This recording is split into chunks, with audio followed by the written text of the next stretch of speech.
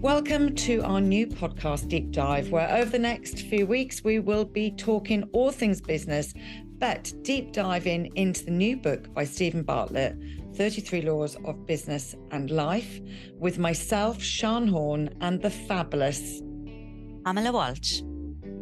Thank you so much, Pam. How has your week been? It's been good, yeah. I'm getting through November. November is very busy.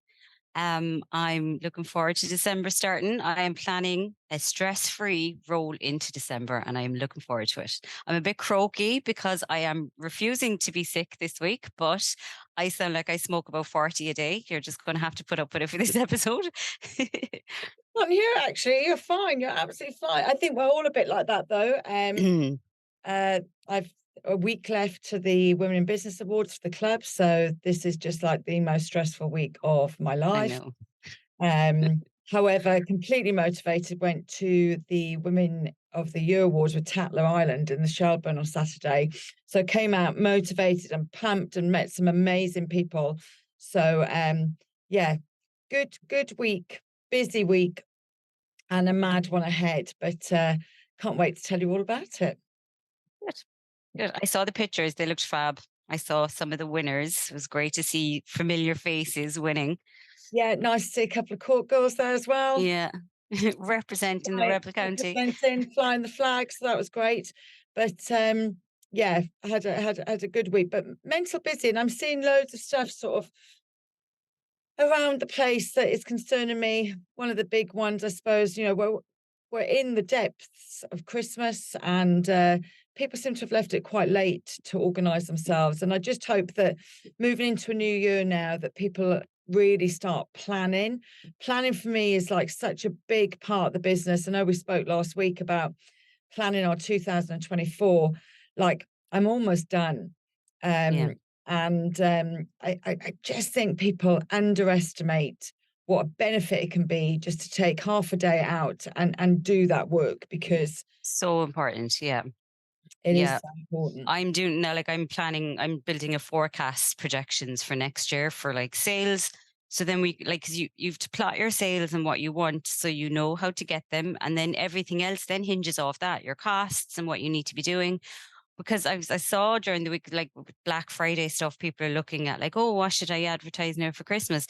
And like we think, because like my previous role was in product as well, retail. So like your seasons ahead in your purchasing, but you also need to be seasons ahead in your marketing. Like you have to be at least one season ahead. You shouldn't be creating on the go in the season. Like it's mad. Someone commented to me yesterday and said, but Sean, wanted to wait and see what people were doing. I was like, you never wait. You know, No. I have to admit, in the last 10 years or so, or 15 years of consulting with businesses, the only time I have ever told anybody to wait was June 2020. Oh yeah, because you didn't know what was going to happen. I know. No, but even at that, like you just allow for buffer and wiggle room, but you have a basic plan plotted out, and you have, stuff behind that. And yeah, because you're going to have to be a little bit reactive and figure out what's going on. But you need the most grunt work done, 80% anyway. Don't follow, like lead, for God's sake, Yeah. lead. You know what I mean? Don't, like I always say, be the best, be the first. If you can be both, even better. But Yeah. you don't always have to be the first to do something, but do well. Do you know what I mean? But never follow, never follow. But planning seems to be like a lot of business, and I see it across the board. People just being so reactive, and like you need to be proactive and get ahead of things. Like a buddy of mine, he's an accountant. We were laughing the other day. He sent a message into the group. Accountants laugh, do they? We do. We laugh.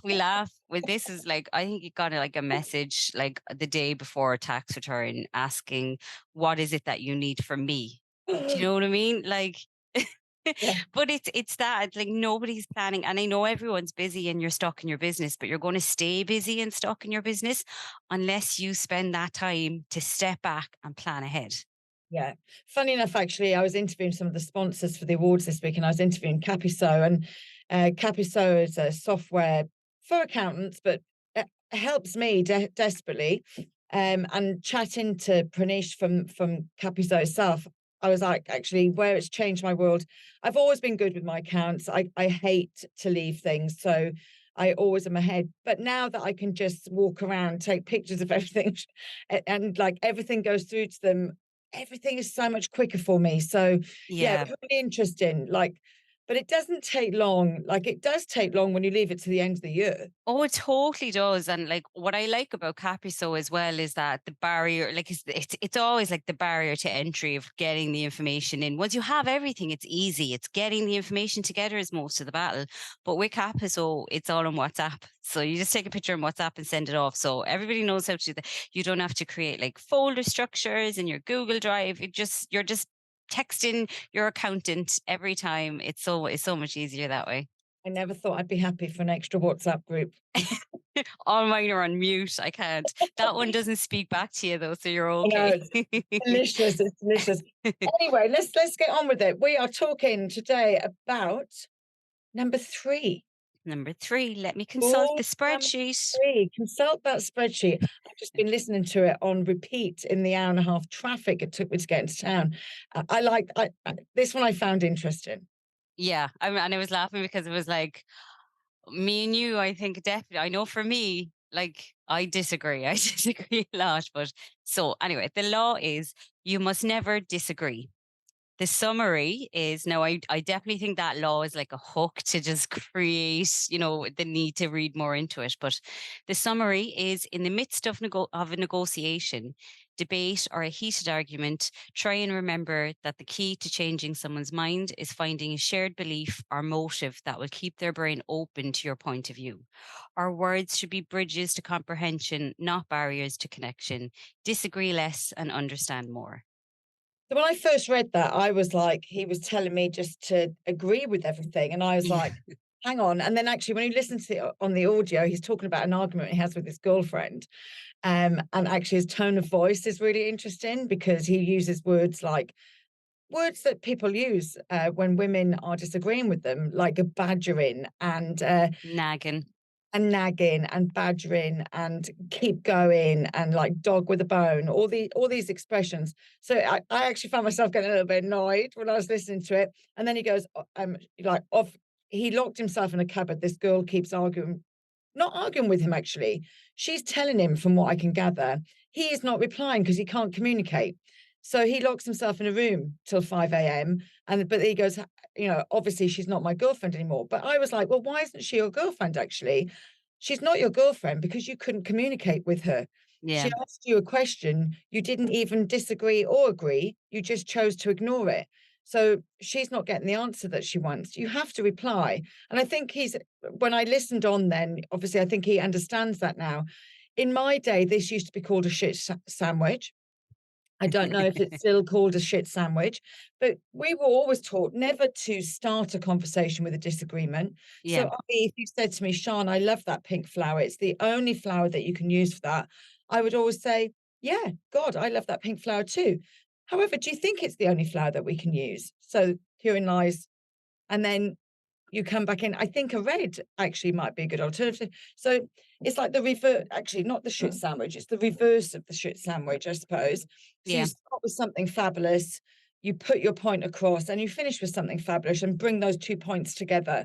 It's a coaching style, and anybody trained as a good manager is trained as a coach. So I hope people know this. Yeah, I mean, because it's been the same in management. Like, it's always like solution focused. Let's find a solution together. Because I even know, like, even with my own husband, like, we very different argument styles. Like, he would be more like Stephen Bartlett and shut down and just go into himself, whereas I'm like, "Meh, meh, meh, meh," you know what I mean? I go into a fight response, whereas he'll go into like that flight response. And I've definitely figured out to like tone, like, you need to find where they're at. And I've done it for years and years, and it's always trying to put yourself objectively into their shoes. And okay, I understand that and I call out the obvious things that I'm assuming and I think are obvious, just in case I've gotten something wrong. So, like, kind of going back to the last rule, explain your thought process to me like I'm 5, Yeah. and so I'm not missing anything and I am understanding where you're coming from. And I'll always try to get to that. But I'm reading another book at the moment called The Chimp Paradox by Steve Peters. And it's all about like your chimp brain versus your human brain and your argument style when you're in each. Like, so your human brain looks for logic and evidence and all the information for the situation and then comes to a conclusion. But when you get into that emotional, argumentative state, you switch over to your chimp brain, and your chimp brain c- comes up with a conclusion and then finds logic and evidence to back the conclusion they've already come up with. And you'd see that, like, that's what we do when we're Yeah, arguing. So it's trying to snap out of that state and look at the actual evidence objectively to a and also look, situation. I mean, we're women. Sometimes we're hormonal, so sometimes that doesn't work. However, my state of mind is always all right. And if I don't agree with something, I just don't agree with it. How I present that sometimes can be wrong. And that's where the hormones come in. But most of the times, on good days, um, and obviously it depends on who you're speaking to. I talk about color recognition and the different types of people. I've got Mm, some people that I can't do this with. Some people that just need 100% nurturing. I've also got some people that are, you know, a bit shy on that discussion thing, a bit like what you said about your husband. So I might give them pre-warning about conversations that need to be had several times. yeah, I need them to be comfortable, and I'm going to say, look, we're going to hit this sort of content. We need to discuss these things, but I want you to be really comfortable with it. So I'm going to tell you about it today. We're not going to discuss it till next week. And then I might remind them, like, have you been thinking about how best we can, you know, solve these problems? Some people just need a lot longer. I'm a massively quick processor. I know you are too. yeah. And it took me a long time to realize that not everybody is like that. So No, same. You just because you assume everyone has the same kind of setup as you do, and I'm like, I talk things out, so I'm coming up with the solution as I'm talking about it. And like, literally had a conversation the other day with somebody, and I genuinely think when I'm in that having a conversation with somebody, it focuses me enough because I'm speaking about it to be able to process it even faster and come up with a solution. But most people aren't like that. They do need to go off and have a think about it and filter things down and process it properly, but I not spend us. my life thinking of amazing ideas. I meet with people and then I go, look, I'm actually not going to take a yes or no from you because I know that I'm a massively quick processor. I've just got really excited about this potential collaboration. I need to go now. I need to let you go off and I'll speak to you in a week's time. Yeah, no, it's the same. And I've learned that definitely from my husband because he is very like he'll have to go off and think about things. And like that, I bring things up and then I'm like, right, I can see now when he starts to kind of shut down and become non-responsive. So then I kind of have to go, okay, we'll end this now and we have to bring this up another time and continue this conversation. But I'm always kind of saying, you need to bring it back to me because I'm always ready to talk and discuss and figure things out. But like, I'm like, when you're ready to process it, you need to come back to me and we'll discuss it in that way. And we've done that in like, and it's always a lot of it is just not letting your ego come out. So I've sat around boardrooms in meetings and like, most oftentimes I am the only female sitting at that table. And my God, I know we have a bad reputation for being emotional and we are emotional creatures, but the aggression that can come from the other end of it as well. And you're just seeing egos thrown back and forth. Like I've sat in meetings where they're all arguing about something. And I remember one time having to shout people down and say, you're actually arguing the same point. You're just not listening to each other. Yeah. It's just But they have to win. when men do it, it's not emotional, is it? When men do it, they're not aggressive. When men do it, it's all different words. They're standing their ground, they're being strong, they're stepping forward. If a woman does that, uh, We're bossy. we're bossy, we're hormonal, etc. But for me, look, to sum it up, this rule for me was just be kind. Mm. And be objective, I think, as well. Yeah, Like get out of your ego and consider, are you contributing something to the situation as well? And it may even just be that you have expectations of a situation that aren't realistic. You know absolutely. what I mean? So Absolutely. I'm looking forward now to next week's because this next week's is a good one. Let's not spoil it. But guys, remember, if you've got any opinions on this, please comment in our posts. And don't forget, if you have any questions, and in fact, I've got a question for us next week. If you have any questions about your business, then please DM us on Instagram or otherwise send us an email and we will discuss it during the pod. Yeah. And the next one, we definitely know, well, we'll know who won the awards as well. So that'll be good. Oh yeah, amazing. Yeah, Yeah. can't wait.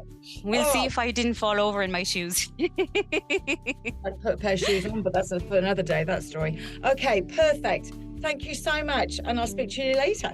Bye. Bye. Bye. Bye. The music used for the opening and closing of this podcast is titled Pleasant Porridge by Kevin MacLeod. IncompeteTech.com. Licensed under Creative Commons by Attribution 4.0.